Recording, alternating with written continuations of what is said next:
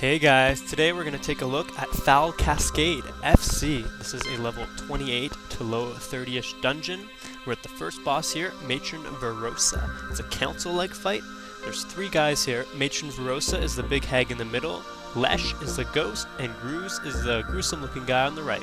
You'll start off the fight by attacking Matron Verosa until she gets down to about 80%, in which case she will be rooted. And note that I said rooted. Therefore, if you stand near her, she can still hit you, so you want to tank Lesh, which is the next boss, away from her. Lesh does a charge to a random party member that actually hurts pretty hard. So what you want to do is have everyone stack up right behind her, like we're doing here.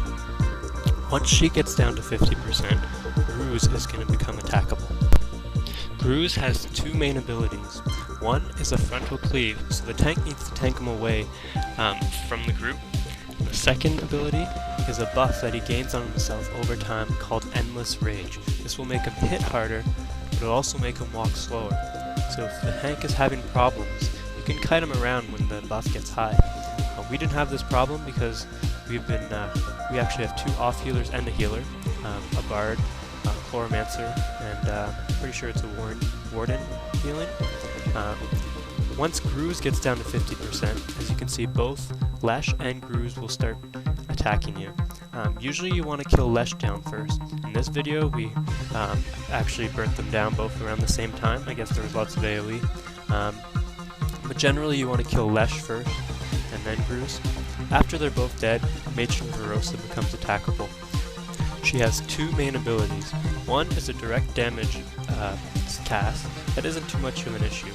The second ability is an AoE spell that she'll cast on a random party member, usually the one with the second highest threat, and this will be the center to the AoE. There are two ways to migrate this damage. If you have a lot of range DPS, just try spreading out and that should do the trick. If you have a lot of melee DPS, you might need a line of sight the AoE cast, because it is kind of long. You could try using the tree to my right, but to be honest I've never tried it, so I don't know what will work or not. The second boss is Countess Serin Skinobar. She's by far the easiest fight here. She has three main abilities. The first ability is what she was about to do. You can teleport to 5 random players and just kind of smack them around a bit. There's not much you can do to avoid this. You just have to have some AoE heals and heal through it. The other two abilities are two direct damage casts that she'll do. One shorter one that is not interruptible, the one that she's spamming, and one longer one that is interruptible, and should be, but it's not a big issue either. But by far, this is the simplest fight, very straightforward, and shouldn't pose too much of a threat.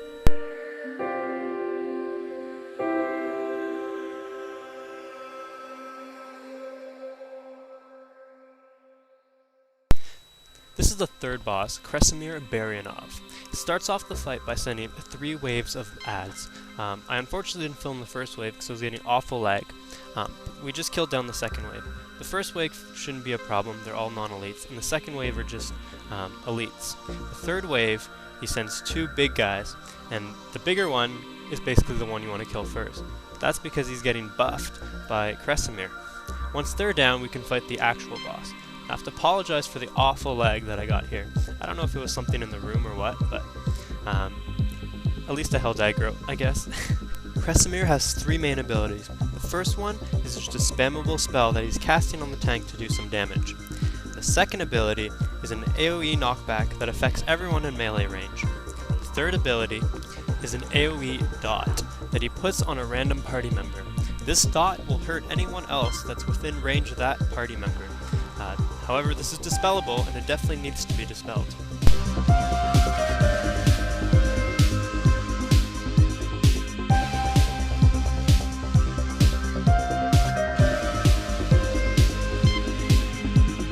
The fourth and final boss is Queen Valnara. She's not terribly difficult.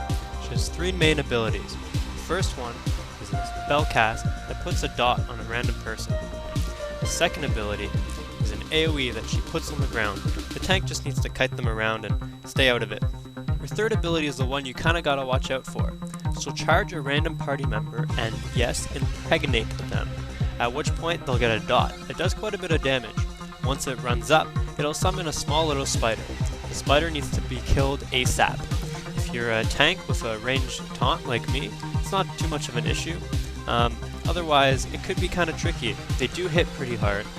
Because there isn't constant DPS on the boss, this turns out to be kind of a lengthy fight, and healers need to watch their mana.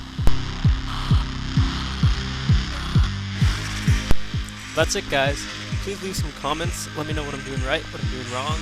I'm still new at this, so take it easy. That's it. Thumbs up. See you later.